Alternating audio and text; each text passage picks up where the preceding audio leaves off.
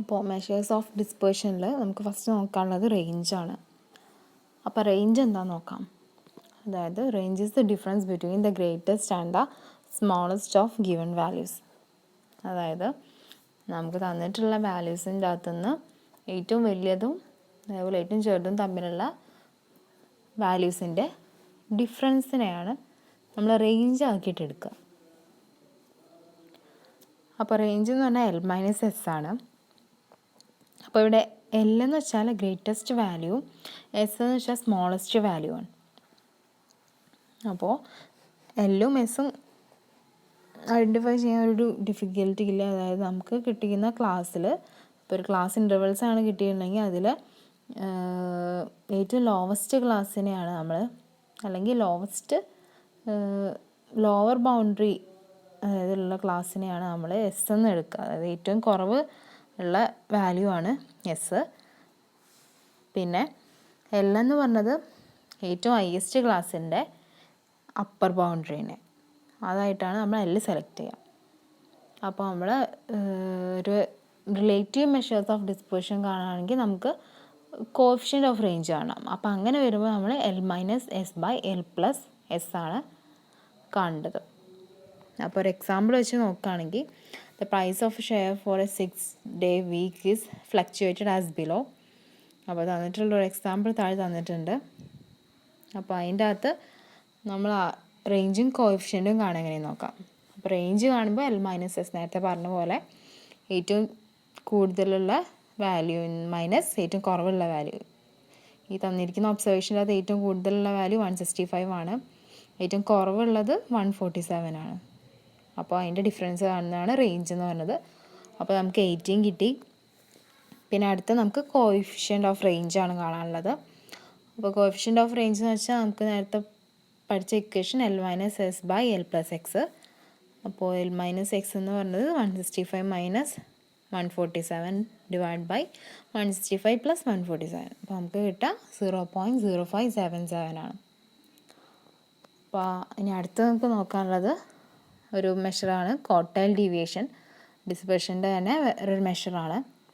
അപ്പോൾ quartile deviation എന്ന് വെച്ചാൽ അതായത് half of the difference between the first and the third quartile. അതായത് നമ്മൾ നേരത്തെ പറഞ്ഞ പോലെയാണ് ഡിഫറൻസ് കാണുക. അതായത് ഫസ്റ്റ് ക്വാർട്ടൈലിൻ്റെയും തേർഡ് ക്വാർട്ടൈലിൻ്റെയും തമ്മിലുള്ള ഡിഫറൻസ് കാണുന്നതിനെയാണ് ഡിഫറൻസ് കണ്ടിട്ട് അതിൻ്റെ ഹാഫ് എടുക്കുക.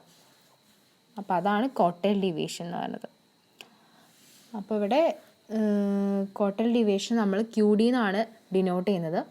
അപ്പോൾ QD എന്ന് പറഞ്ഞത് Q3 മൈനസ് Q1/2. അതായത് ഇതിൻ്റെ ഡിഫറൻസിൻ്റെ ഹാഫാണ് ക്വാർട്ടൈൽ ഡീവിയേഷൻ. അപ്പോൾ ഈ ക്വാർട്ടൈൽ ഡീവിയേഷൻ്റെ അകത്ത് നമ്മൾ ഓരോ ഒബ്സർവേഷനെ, അതായത് Q1 എന്ന് പറഞ്ഞാൽ first one, Q2 second one, Q3 third one, അങ്ങനെ എക്സെട്ര അപ് ടു Qn വരെ പോവും. അപ്പോൾ ഇതിൻ്റെ റേഞ്ച് എന്ന് പറഞ്ഞാൽ നമ്മൾ ഫസ്റ്റ് പറഞ്ഞ പോലെ Q3 മൈനസ് Q1 ആണ് ഒരു ക്വാർട്ടൈലിൻ്റെ റേഞ്ച് നമ്മൾ കാണാം. അപ്പോൾ പിന്നെ അതേപോലെ തന്നെ ഒരു ഇൻ്റർ ക്വാർട്ടൈൽ റേഞ്ച് ആണെങ്കിലും Q3 മൈനസ് Q1 ആണ്. അപ്പോൾ ക്വാർട്ടൈൽ ഡീവിയേഷനെ സെമി ഇൻ്റർ ക്വാർട്ടൈൽ കാണുകയാണെങ്കിൽ Q3 മൈനസ് Q1/2 അങ്ങനെ ചെയ്യാം. അപ്പോൾ അതിൻ്റെ തന്നെ കോഎഫിഷ്യൻ്റ് ഓഫ് ക്വാർട്ടൈൽ ഡീവിയേഷൻ എന്ന് പറഞ്ഞത് നമ്മൾ നേരത്തെ ചെയ്ത പോലെ തന്നെ Q3 minus Q1/Q3 plus Q1 ചെയ്യാം. അപ്പോൾ ഇവിടെ Q1 എന്ന് പറഞ്ഞത് n+1/4 ആണ്. അപ്പോൾ അതിൻ്റെ ഒരു എക്സാമ്പിളാണ് താഴെ കൊടുത്തിട്ടുള്ളത്. അപ്പോൾ എക്സാമ്പിളിൻ്റെ അകത്ത് find the quartile deviation for the following. അപ്പോൾ താഴെ നമുക്കൊരു സെറ്റ് ഓഫ് ഒബ്സർവേഷൻസ് തന്നിട്ടുണ്ട്. അപ്പോൾ അതിന് നമുക്ക് ക്വാർട്ടൈൽ ഡീവിയേഷൻ കാണാനാണ് ക്വസ്റ്റ്യൻ. കോഎഫിഷ്യൻ്റ് കാണാനില്ല, ക്വാർട്ടൈൽ ഡീവിയേഷൻ മാത്രം. അപ്പോൾ ക്വാർട്ടൈൽ ഡീവിയേഷൻ കാണുമ്പോൾ നമുക്ക് തന്നിരിക്കുന്ന സെറ്റ് ഓഫ് ഒബ്സർവേഷനെ നമ്മളൊരു അസെൻഡിങ് ഓർഡറിൽ എഴുതാം. അപ്പോൾ നമുക്ക് കുറച്ചും കൂടി എളുപ്പമാവും. അപ്പോൾ നമ്മൾ അസെൻഡിങ് ഓർഡറിൽ എഴുതാം. എന്നാൽ മാത്രമേ നമുക്ക് Q1, Q2, Q3 ഒക്കെ ഐഡൻറ്റിഫൈ ചെയ്യാൻ പറ്റുള്ളൂ. അപ്പോൾ നമ്മൾ അസെൻഡിങ് ഓർഡറിൽ എഴുതിയിട്ടുണ്ട്. അസെൻഡിങ് ഓർഡറിൽ എഴുതിയ ശേഷം നമുക്ക് അടുത്ത് നോക്കാനുള്ളത് പൊസിഷൻ കാണാം. Q1ൻ്റെ പൊസിഷൻ ആദ്യം തന്നെ കണ്ടുവയ്ക്കാം. Q1ൻ്റെ പൊസിഷൻ കാണാനുള്ള ഇക്വേഷൻ n+1/4 ആണ്. അപ്പോൾ ഇവിടെ n എന്ന് പറഞ്ഞാൽ നമ്പർ ഓഫ് ഒബ്സർവേഷൻസ് ആണ്. ഇവിടെ എത്ര ഒബ്സർവേഷൻസ് ഉണ്ട്? 10 ഒബ്സർവേഷൻസ് ഉണ്ട്. അപ്പോൾ 10 + 1/4 ചെയ്യുമ്പോൾ നമുക്ക് കിട്ടുക 2.75 ആണ്. പിന്നെ നമുക്ക് കാണാനുള്ളത് Q1 ആണ്. Q1 എന്ന് വെച്ചാൽ 391 പ്ലസ് 0.75. അതായത് നമുക്ക് നേരത്തെ പൊസിഷൻ ഓഫ് Q1 കിട്ടി 2.75. അതിൻ്റെ കോട്ടയിൽ എടുക്കുക. അപ്പോൾ 7.75 ആണ് കിട്ടുക. എന്നിട്ട് നമ്മൾ നേരത്തെ പറഞ്ഞ പോലെ 407, അതായത് Q3 മൈനസ് Q1 ചെയ്യുക. അപ്പോൾ നമുക്ക് ആൻസർ കിട്ടും 403 ആണ് കിട്ടുക ആൻസർ. പിന്നെ അടുത്ത നമുക്ക് നോക്കാനുള്ളത് അതേപോലെ തന്നെ പൊസിഷൻ ഓഫ് Q3ൻ്റെ പൊസിഷൻ കാണാം. നേരത്തെ Q1ൻ്റെ പൊസിഷൻ കണ്ടു. അപ്പോൾ Q1ൻ്റെ പൊസിഷൻ കാണുമ്പോൾ നമ്മൾ n+1/4 ആണ് കാണുന്നത്. അപ്പോൾ Q3 ആകുമ്പോൾ 3n+1/4 ആവും. അപ്പോൾ 3 × n+1/4 നമ്മൾ ചെയ്യാം. നേരത്തെ n+1/4 ചെയ്തിട്ടുണ്ട്. അപ്പോൾ 2.75 ആണ് കിട്ടിയത്. അപ്പോൾ 3 × 2.75 ചെയ്യുമ്പോൾ നമുക്ക് എന്താ കിട്ടുക? 8.25 കിട്ടും. അപ്പോൾ നമുക്ക് Q3ൻ്റെ ഇതേപോലെ പൊസിഷൻ കണ്ടുപിടിക്കാം. അതായത് 777 പ്ലസ് നമ്മൾ നേരത്തെ കണ്ടുപിടിച്ച 0.75ൻ്റെ കോട്ടയിലെടുക്കുക. അപ്പോൾ 0.25 ആണ് കിട്ടുക. അപ്പം ഇൻറ്റു 1490 Q3 മൈനസ് Q1, അതായത് 777. അപ്പോൾ നമുക്ക് അതിൻ്റെ ആൻസർ ചെയ്യുമ്പോൾ കിട്ടുക 955.25 ആണ്.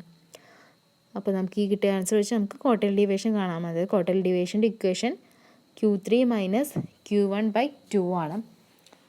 അപ്പോൾ Q3 മൈനസ് Q1 എന്ന് പറഞ്ഞത് ഇവിടെ നമ്മൾ Q3ൻ്റെയും Q1ൻ്റെ പൊസിഷൻ കണ്ടുപിടിച്ചു. അപ്പോൾ ആ വാല്യൂ നമ്മൾ ഈ ഇക്വേഷനിൽ സബ്സ്റ്റിറ്റ്യൂട്ട് ചെയ്ത് കൊടുക്കുക.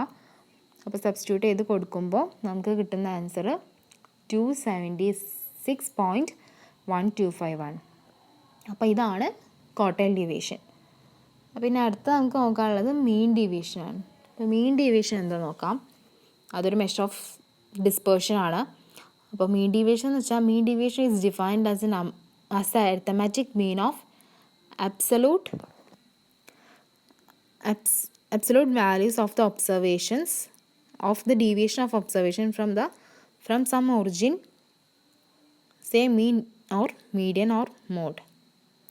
അതായത് നമ്മളിപ്പോൾ ഒരു അരിത്തമാറ്റിക് മീൻ എടുക്കുക. അതായത് ഇപ്പോൾ നമ്മൾ ആദ്യം പഠിച്ച അരിത്തമാറ്റിക് മീൻ കാണുമ്പോൾ എങ്ങനെ ചെയ്യാമെന്ന്. അപ്പോൾ ഒരു മീൻ ഡീവിയേഷൻ എന്ന് പറഞ്ഞാൽ നമ്മൾ അരിത്തമാറ്റിക് മീൻ എടുക്കുക. അതായത് ഒരു അബ്സല്യൂട്ട് വാല്യൂ ഓഫ് ഡീവിയേഷൻ്റെ ഒബ്സർവേഷൻ്റെ അകത്ത് നമ്മൾ അരിത്തമാറ്റിക് മീൻ കാണുമ്പോൾ അതിനൊരു ഒറിജിൻ ഉണ്ടാവും. അതായത് മീനും ഉണ്ടാവും, മീഡിയനും ഉണ്ടാവും, മോഡും ഉണ്ടാവും. നമ്മൾ മെഷേഴ്സ് ഓഫ് സെൻട്രൽ ടെൻഡൻസിയിൽ പഠിച്ച മീനും മീഡിയനും മോഡും ഒക്കെ ഉണ്ടാവും നമ്മൾ അരിത്തമാറ്റിക് മീൻ കാണുമ്പോൾ. ഓക്കെ, അപ്പോൾ ആ ഒരു ഇതിനെയാണ് നമ്മൾ മീൻ ഡീവിയേഷൻ എന്ന് പറയാം. അപ്പോൾ മീൻ ഡീവിയേഷൻ്റെ അകത്ത് നമ്മൾ മീൻ ഡീവിയേഷൻ റോ ഡാറ്റയ്ക്ക് എങ്ങനെയാണ് കാണുന്നത്. അതായത് mean deviation for a raw data. അപ്പോൾ അതിന് നമ്മൾ കാണുമ്പോൾ sigma mod x minus x bar by n ചെയ്താലാണ് നമുക്ക് മീൻ ഡീവിയേഷൻ കിട്ടുക റോ ഡാറ്റയുടെ. ഇതിൽ എക്സ് മൈനസ് എക്സ് ബാർ എന്ന് വെച്ചാൽ absolute deviation of X from X bar ആണ്. അപ്പോൾ ഇതിൻ്റെ ഒരു പ്രോബ്ലം നമുക്ക് അടുത്ത ക്ലാസ്